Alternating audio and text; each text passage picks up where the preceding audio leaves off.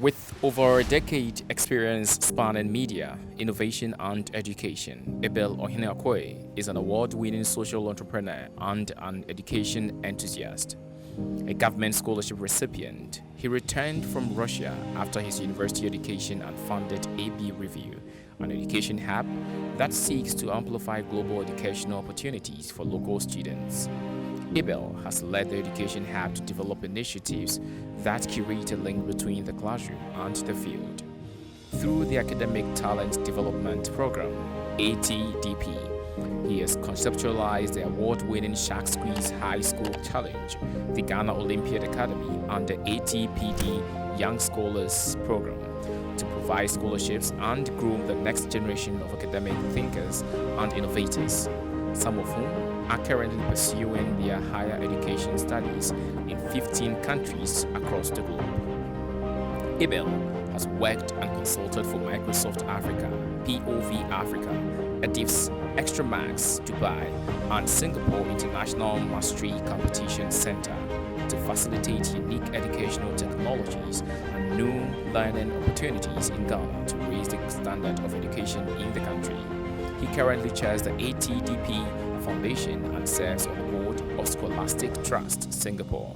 Abel was Senior Boys Prefect at Koforidua Senior High Technical School in the year 2004.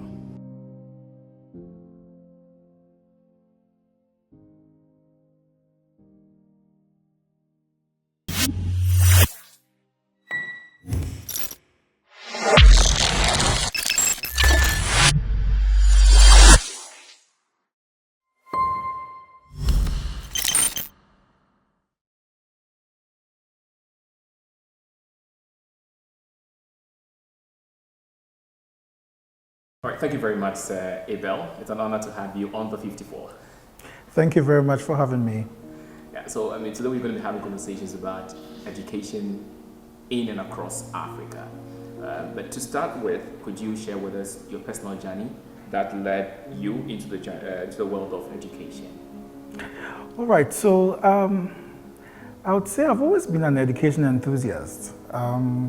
Those who know me from childhood would say Abel was a very competitive, astute, maybe probably intelligent young guy who was during the break, because was a class prefect, will probably hold quizzes among his peers, quizzes centering on general knowledge, maths, science, etc. So I've always had this knack for education because innately I've always thought that education was, the transformation tool, right? Irrespective of the background that you were at, with education you could become someone. I think that was ingrained in me in my early years.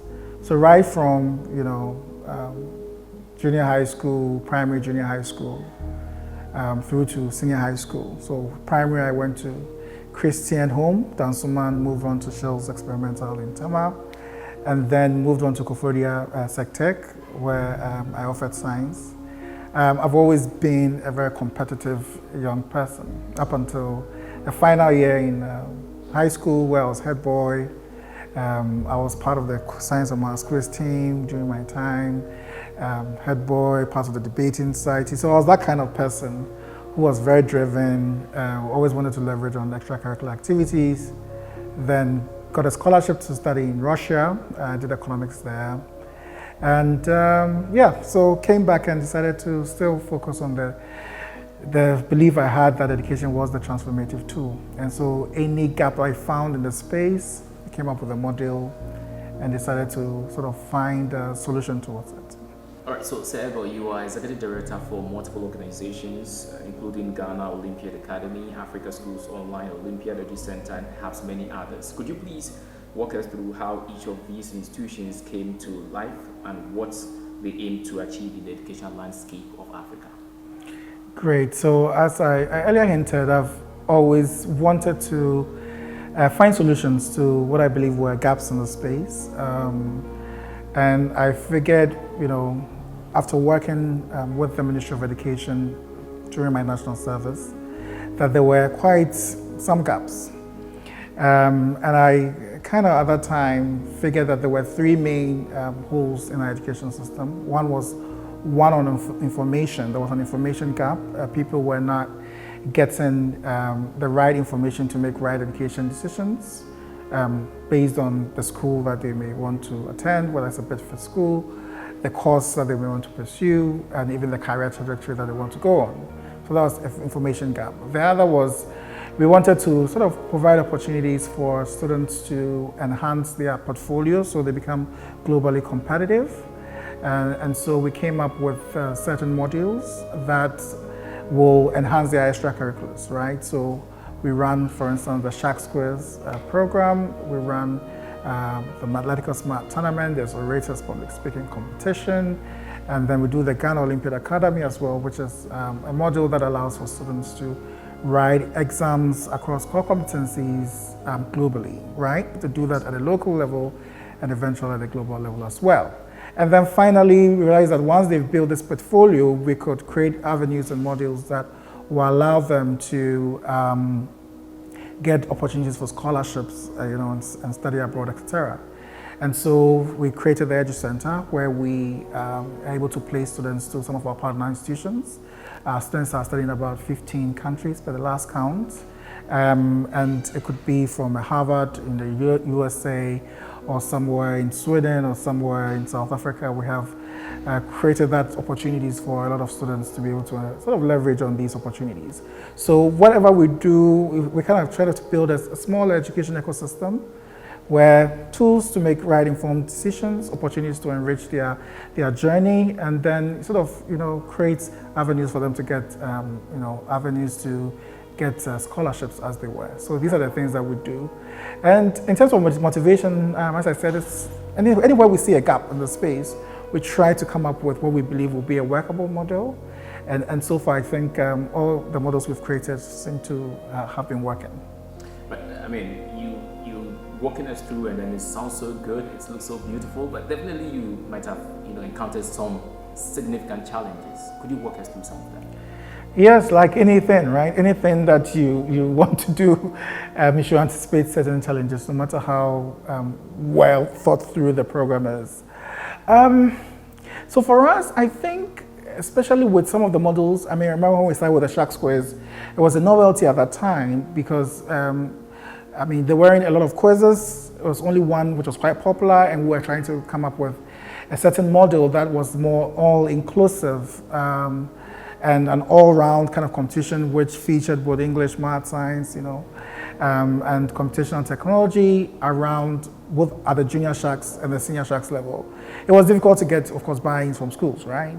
But we kind of persevered, started off, and with time, like any good thing, when you persevere, you're able to make inroads. So most of the programs, our models are quite internationalized, and so sometimes people don't see the big picture like the way we see it. So for instance, when we started with the Olympiad Academy, schools didn't know what it was about. Why should their students write exams with students from across the globe? But with time, they realized how useful it was and the kind of benefits that their kids were accruing courtesy being a part of Olympiad's models. And so we persevered. So for us, I think it was more about the adoption rates and the adaptability. But once we sort of cleared that hurdle, it became easy for people to sort of welcome us into their schools and patronize our models. Right, so can you highlight a particular accomplishment or milestone in your career that stands out to you the most, and how did that moment impact your journey? That's an interesting one. So I'm the type that really do not count my accomplishments, if any. I take the day as it is and face it head on. But we've won a number of awards. I think we won the Best Education Consultancy for, I think, the Ghana CEO Awards a couple of years back. We also won, again, Best Education Consultancy, and also the Sharks Quiz won the Best Education Program at the National Business Honors. And there will be some out. We've been nominated the 40 Under 40. stuff like that. But generally, as I say, I fail. For me, I'm very opportunity oriented. I'm always looking for opportunities for students, for the youth. And if I get a student to eventually get a full ride scholarship to get into Harvard or a top Ivy League school or even a Chelsea or Clement City, for me that is a lot of fulfillment. The awards are also good. Maybe you are thinking ME Africa Award. Yeah, I don't know. Honestly, I don't sit and think that okay, I want to get this award or not. I sometimes like to be in my small corner. All right, but okay. Education especially in Africa is evolving, and how have you adapted your approach to education as technology and innovation continue to reshape the sector? It's a good point. I mean, education is really evolving. What worked 5-10 years ago will not be suitable for the modern trends, especially with the onset of AI, machine learning, and the industrial revolution. For us, because of the models we run with, which are really edtech centered, so for instance, we just did the prelims of the quiz. We had 200 schools doing the competition online, so we leverage on online tools because that's where the future is. Now, I remember when we started, the kids didn't have laptops or they couldn't even set up, laptops and have a setup with the camera, etc. It was difficult for them. But now it's very easy for the coaches in the schools to adapt to such methodologies. And also with the Olympiads program that we run, it's very heavy on edtech, right? Very heavy on students using the training manual online, getting to do mocks online, getting to practice online. And so as part of the model, we really try to train the teachers to be able to adapt to that trends, because otherwise you'll be left behind. That's where the world is going. And so I think overall, the landscape is changing. I think we are adapting rather slowly, but I'm sure that we are going to get there, because if you do not adopt these innovative tools in education, you're not going anywhere. Well, that's good to hear. But with your leadership role in education, you must have seen first-hand power of educational initiatives that changes life. Can you share any memorable success stories from students or schools you have worked with? One that comes readily would be, and I'm sure a lot of us may have heard or know him, Tyrone. Tyrone was, Magai was a very intelligent young lad who found it difficult to get into Achimota because of certain proclivities. But then, once he was done, I invited him to take part in one of our modules, which is the American Math Olympiad. Ideally, we gave him a scholarship to take part in that module, which till date he is very thankful for, because what it did was not only did he top Ghana and win a gold medal, and among the top 1% globally who took part in the American Math Olympiad, but it gave him, opportunities for top schools like MIT and UPenn to reach out to him and Duke to reach out to him and interview him for a possible scholarship, and admission. So now he's at UPenn on a full ride scholarship, and he'll tell you that one of the reasons why he got in was the fact that he took part in some of our modules, which is the American Math Olympiad and the Vanda Science Olympiad, and it's something that I'm quite proud of. There are countless people who, by virtue of the models we run, the scholarship we've given, have also been able to leverage on these opportunities and are doing quite well across the globe. And so, again, our students are in about 15 or 16 countries studying, and so we are creating like a mini UN because we are very globalized in our thoughts. But with some of the models that you have, are we thinking Africa, maybe other African countries benefiting from? Definitely. And maybe Shark Quiz becoming, an African quiz. We've already had requests from certain schools outside the country and in other African countries that want to participate, and so we are looking at possibly doing an invitational tournament and having schools like that participate in it, and that would be cool. But yes, we really want to replicate some of our models across other African countries because our success stories here has been good, and it shows that once you put your mind to it, you'll be able to make some impacts, across board. And so we are looking at going to certain countries, Nigeria, Kenya, We have plans to potentially go into Rwanda as well. Maybe these 4 or 5 countries, and then we'll see whether we can, grow with time. We pray that's very soon. Yes, in fact, we have the map. We have the model. We have the plan. We just have to get a few things to right, and maybe in the next few months we'll be in these countries.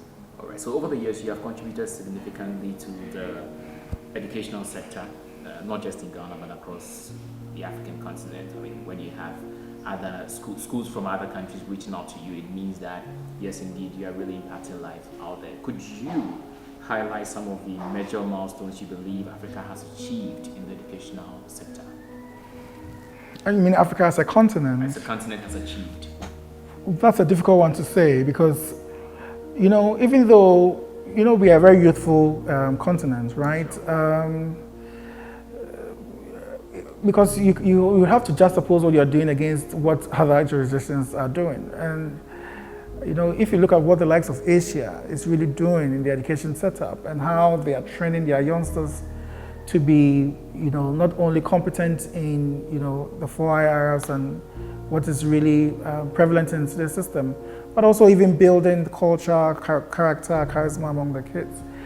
I think we are behind in that sense. There are very few of our education systems that can rival the top systems because there's always lack, whether it's the early childhood years, whether it's the pre-tertiary years, whether it's the tertiary years.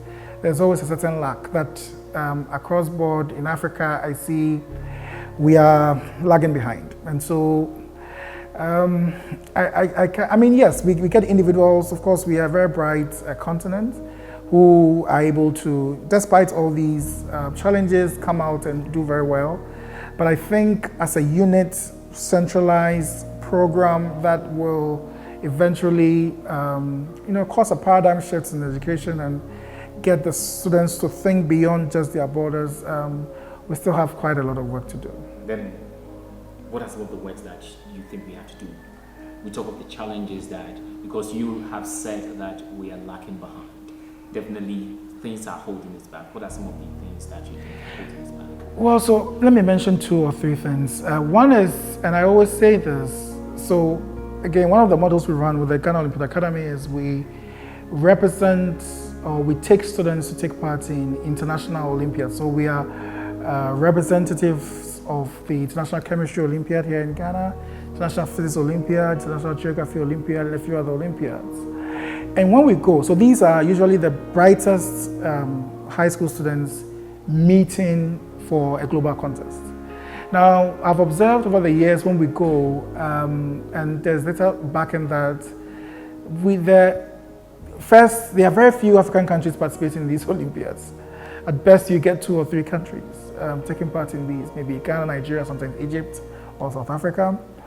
But in Europe, in Asia, all the countries are there, because they are very purposeful about raising the next generation of, leaders, academic thinkers, innovators. And that's one of the ways to do it. And if you see the results that come out from, such engagements, you realize that, you get USA, China, India, all these, Japan, they're always in the top 10 because they get all the medals. And most of us, we are almost, at the bottom. We are lucky if we get a bronze or a silver. Very rare do we get a gold, and it's really demonstrative of what the ecosystem really like globally, because those who are doing well with good socio-economic indicators, those who are, transformed economies, they are doing well, academically as well by virtue of the support they get, from the system. Whereas over here, there's either, lack of knowledge about programs like this, and there's no push from the government to even support these programs that nurture the next generation. And so, yes, I mean, things like this, when I see it, I feel like we really have to do more to encourage the youngsters to go beyond. And I keep saying that it's not because we don't have the talent, we're not smart enough at all. It's because we haven't created that environment for them to be able to excel and bloom beyond the norm. What we're doing in our small ways to create that avenue, create that platforms, create that training mechanisms for them to be able to compete globally. But we can only do what we can, isn't it? But I think on a large scale, If governments are able to take up programs that run and nurture gifted and talented programs, that's one of the models we are running across board. I think it would, in the next 10, 15, 20 years, we are going to see the dividends by the number of innovators we have, leaders, academicians who are really making footprints on the global landscape. Right, so that was, very close to the next question, because we were looking at how the governments, institutions, even educational stakeholders could collaborate effectively to solve some of these challenges and improve education in the continent. Yes, so that's exactly what I've mentioned. There has to be we have to be intentional about it. It just doesn't happen, right? You have to be intentional about it. And so you've seen programs like the Free SHS, which on paper is a laudable project, but what are we doing in terms of making sure that not only are we getting students to say that they have finished school, but their core competencies are at a certain level where they can compete globally with anyone. Are we imbibing coding, STEM into the curriculum, where everybody has to, because that's where the world is going. In the next 5, 10 years, AI is going to take a lot of the jobs. And so we have to be proficient in AI. We have to be deliberate about it. I see a lot of lip service and governments talking about what they want to do, but on the ground, I feel we can do much, much more to make sure that we are not left behind. One would think or say, how can the Olympiad contribute to shaping one's future? And then you are the best person to explain to us. Yes, because we have a plan. Again, as I said, we've built an ecosystem, right? We start training them, we identify them at a very early age, give them the training, they write these programs, and you should come and see the kids when they write the program and they're very excited. And the kind of questions that usually are in the Olympiads are, quite different from what they are used to. It involves a lot more critical thinking. There's a lot more of problem solving in application in the modules. And so we train and we track them. So over the years, we track them for some time. And then when they have bloomed, we offer them all these other modules that will help them to eventually get scholarships to study in the top schools, both here and across the globe. And we keep on monitoring them, so that after they are done with school, where they are placed, because eventually we want them to also, sort of support.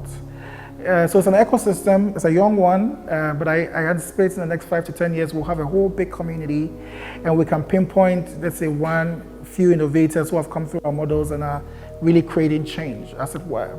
Because it's not just about, the academics as well, it's also about, the cultural aspects, ethics. We are losing ethics.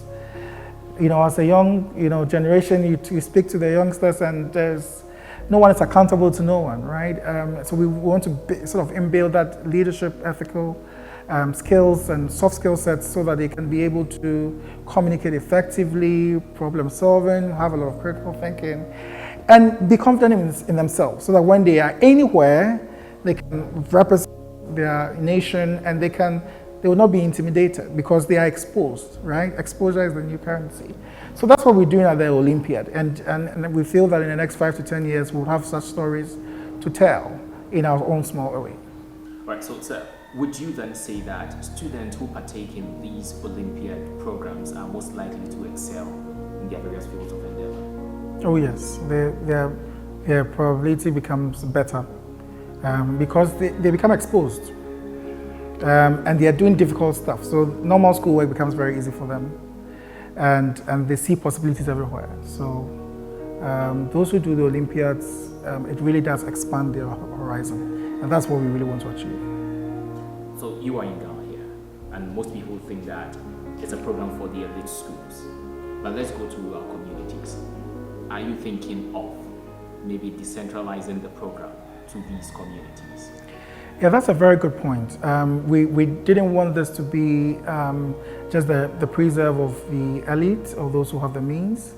And so I'm happy that we are partnering with the Ghana Education Service through the Science Education Unit to really get a lot of schools to participate. So we have partners have given us a lot of scholarships that we get schools across the country or students to participate at sometimes no fee at all.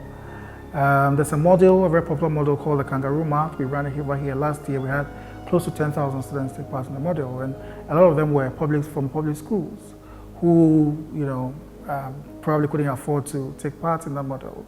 And so we want to sort of deepen that collaboration with government and all the agencies to get to the rural folks so that they will not be left out in a model like this that we are running. Looking ahead, what trends do you see shaping the future of education in Africa? Are there any emerging opportunities that you are particularly excited about? Yes. Again, I feel that we have to definitely leverage on the innovative tools in the system. We have to be big on AI and machine learning because that's the way we can go and get a lot of people educated. At some point, you don't even need teachers, right? Because you have AI tools that can, monitor the kids and help them to learn certain modules. Knowledge is abound in these days, and so I'm very optimistic about how we can, as a society, get a lot more people to be knowledgeable. But we have to be focused in the approach to make sure they are getting the right set of knowledge that will be useful to the society in all. So if we're able to leverage on these AI tools, these EdTech tools, and we are big on creating end-to-end ecosystems, I think we'll get there.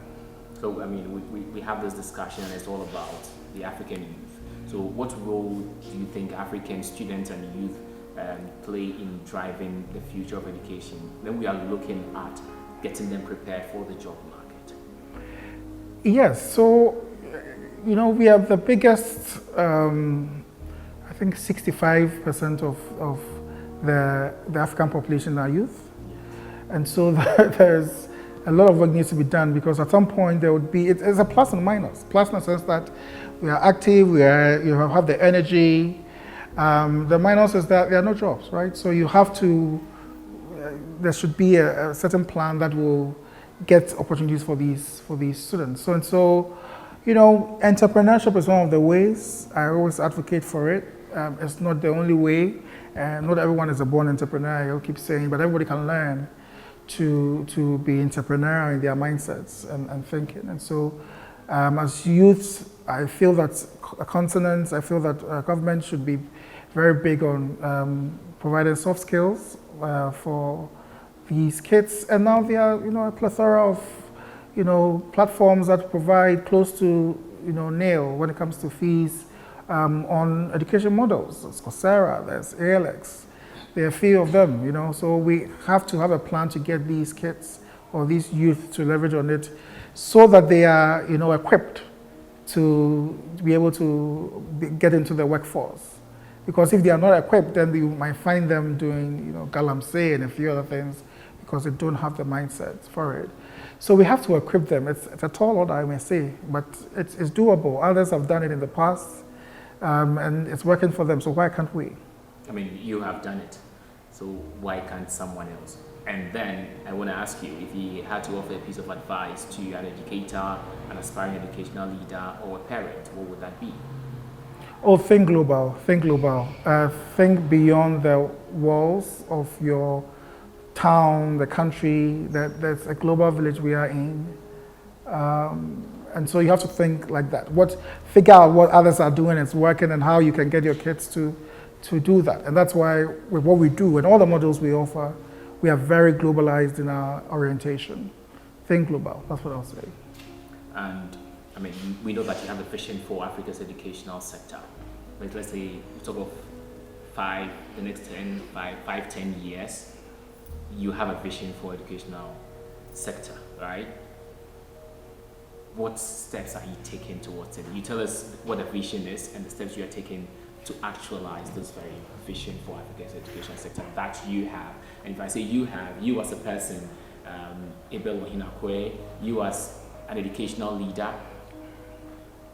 So, I mean, it's simple. For me, I want in the next 5-10 years that in the mainstream Olympiads, right? International Math Olympiad, Chemistry Olympiad, Geography Olympiad, Physics Olympiad.